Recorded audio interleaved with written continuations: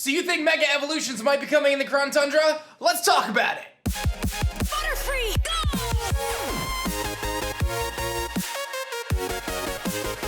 Yo, whoa, what is going on YouTube? It's your boy Dan, aka aDrive, bringing you guys a brand new video today, and today we are discussing a very hot topic. Are Mega Evolutions returning to the Crown Tundra, or returning to Galar in general? Pokemon Sword and Shield, the most recent main series game in the franchise history. Mega Evolutions are a pretty big feature, man. I mean, they've been in the games for years now. As we just had our anniversary for X and Y, I believe 7 years ago when Mega Evolution was introduced.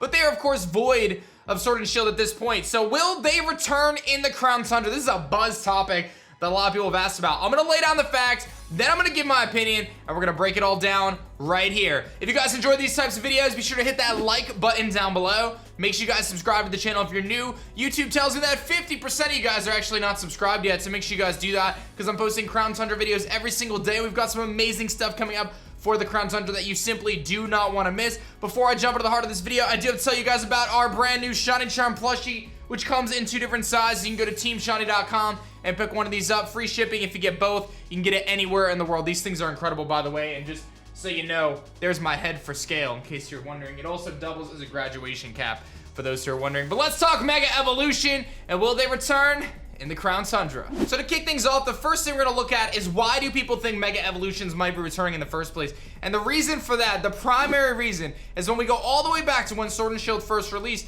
there was a handful of items in the game's coding that leaked that were revealed. These include the Mega Evolution Stones, as well as the red orb, the blue orb for Kyogre and Groudon, and a ton of other items like the Poke Radar, the Explorer Kit, and much more. So people have speculated that Mega Evolution could be returning to Sword and Shield from the get-go. From before we even knew about DLCs, people speculated that Mega Evolution could return. However, the counterpoint to this is simply that Pokemon and Game Freak has a long-standing history of leaving items in the game. What seems to be the case is that they have their list of data that they build off of for every game, and they don't scrub that data. They leave it there, and then it's just in the game coding, and it's not usable or not meant to be used. And that is the belief at this moment, that while the data is there, that doesn't necessarily point towards Mega Evolution actually returning. So I just want to make that very clear. A lot of people have reported on Mega Evolution potentially coming back because it leaked in the data mining, but I don't think that that's enough evidence to justify pointing towards Mega Evolutions returning.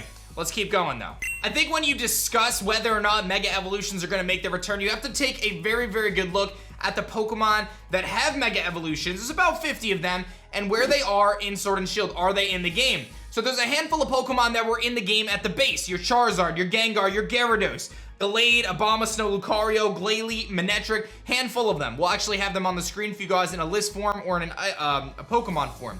Then Pokemon Home came out early this year, which introduced Blastoise, Venusaur, and Mewtwo, and potentially Mewtwo X and Y, obviously, with those 2 forms.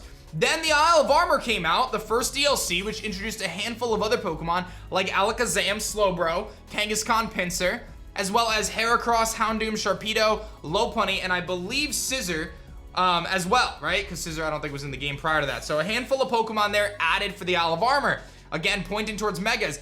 Now, a lot of speculation is bringing back this conversation about Megas because DLC 2, the Crown Tundra, which comes out next week, has a lot of Pokemon that would fill the Mega Evolution dex quite a bit more. And those Pokemon are Aerodactyl, some of these are leaked by the way, Sceptile, Blaziken, Swampert, Aggron, Altaria, Absol, Salamence, Metagross, the Latias, Groudon and Rayquaza, because they're primals, or Kyogre and Groudon, Rayquaza, and then we have Audino, Deontay, and Garchomp, right? So we really have like 90% of the list of Mega Evolutions at this point in time that will have been added into the game for the Crown Tundra. However, we are still missing a handful of Pokemon that have Mega Evolutions that will not be in Pokemon Sword and Shield for this DLC, and those are Beedrill, Pidgeot, Ampharos, Medicham, Camerupt, and Banette. I believe that is the full list. So when you add all those together, you get all the Mega Evolutions. Would Game Freak add Mega Evolutions into the game without having all of them?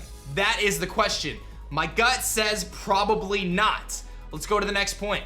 When you look at the context of Mega Evolutions and how they would fit into the metagame, you have to ask, competitively, how would Mega Evolutions impact things from a battle standpoint, as well as simply a gameplay standpoint? Now we can kind of ignore the gameplay standpoint because this is considered to be post-game and it would likely be given at the end of the Crown Tundra since there hasn't been any information pointing towards Mega Evolution in the Crown Tundra just yet. However, when we look at how it would integrate into the metagame, we know that Dynamaxing is the main phenomenon in the Galar region. It's what the battles are focused around, and Dynamaxing is a mechanic that both players can utilize that does not consume an item slot that can be utilized by every single Pokemon in the game. Every Pokemon can Dynamax at some point in some way or shape or form, but it is only for 3 turns. Mega Evolution does consume an item slot. It can only be 1 Pokemon at a time, and it's a limited pool of Pokemon that can Mega Evolve, right? So we ask ourselves, would they introduce Mega Evolutions in a game that has Dynamaxing? And the question is, they could. They very well could. We had previously in Ultra Sun and Moon the introduction of Mega Evolutions with Z moves, and those two functions actually worked well together, or harmoniously to some extent. But how would it work with Dynamaxing and Mega Evolution?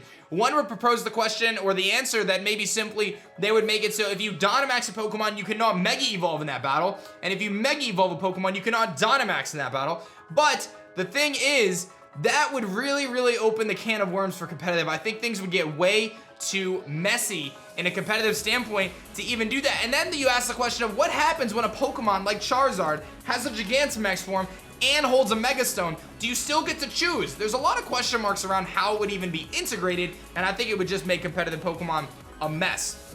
Now, I'm a big fan of Mega Evolution. I'm the first one to stand up for it, but I think in the context of Galar, I do believe that Dynamaxing standing on its own is probably the best bet for the Galar region, and hopefully we see Mega Evolution return at another time. Next thing we have to look at is where is Mega Evolution in the current Pokemon franchise? Mega Evolution was recently introduced into Pokemon Go through a raid system that I actually hate, but we're gonna save that for a different video if I feel like ranting one day. It's also recently present in the Pokemon Let's Go Pikachu and Eevee style games, where Mega Evolution was given to the player throughout the gameplay for a handful of Pokemon in the Kanto region. And lastly, you can actually find Mega Evolution through Pokemon Masters, a mobile game that you can play on your smart device that has seemingly, I don't know, people like it, but it's really kind of taken a different approach as of late with a stamina system, so I'm not really sure how to feel about that. I'm actually curious your guys' thoughts. I haven't played in a while. I've been kind of tied up with other things, but Mega Evolution is still present in the franchise. It's very clear that Game Freak isn't willing to give it up yet, or at least the Nintendo Pokemon Company is not willing to give up Mega Evolution. So we know it's in these other games. We know it's still present in the world of Pokemon. Could that mean it comes back to the Sword and Shield Galar region?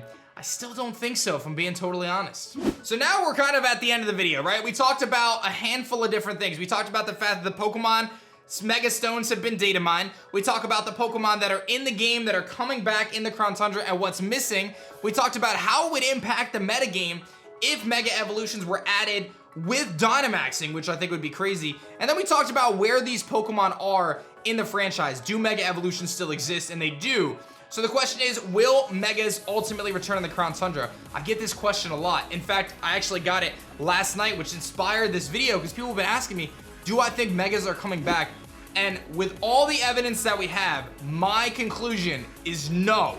I do not think that Megas are returning in Pokemon Sword and Shield this time. However, I do believe that there is a very solid chance that for next year, the 25-year anniversary of Pokemon, we do get Diamond and Pearl remakes. A lot of people have speculated this. This isn't just some crazy idea. Sequentially, it is the next thing that would come in the system in terms of remakes would be Diamond and Pearl, and I could most certainly see Mega Evolution making a return in the Diamond and Pearl style games, especially if it's based off the Sword and Shield engine and that data is already in the code with PokeRadar, with Explorer Kit, and these different features that were known for Sinnoh. I could very well see them bringing it back in the Sinnoh region for Diamond and Pearl remakes, especially when you factor in Dynamaxing, and Dynamax energy is a very region-specific thing. It is very specific to the Galar region, which makes me believe that there's a much higher chance that instead of having Dynamaxing transcend the next game, it would be Mega Evolutions that take place in the next game. However, that does potentially present some issues because when we look back at the X and Y, Omega Ruby Alpha Sapphire kind of hybrid of games,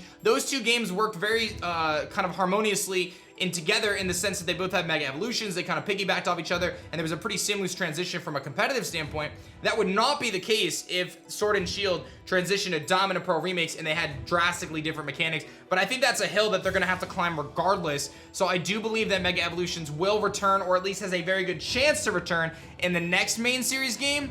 I just don't think it's going to happen in Pokemon Sword and Shield.